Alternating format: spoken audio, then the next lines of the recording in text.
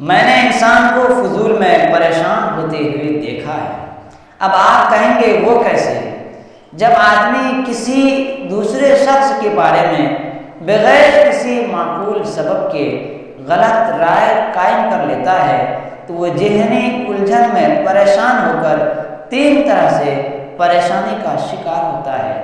Number ایک، جس کے بارے میں غلط رائے قائم کیا ہے اس سے ملنا جلنا چھوڑ دیتا ہے، دوری بنائے رکھتا ہے۔ جان چلی جائے پر وہ جگہ حاضر نہیں ہوں گے جہاں پر وہ شخص موجود ہے جن کے بارے میں گمان کیا ہے۔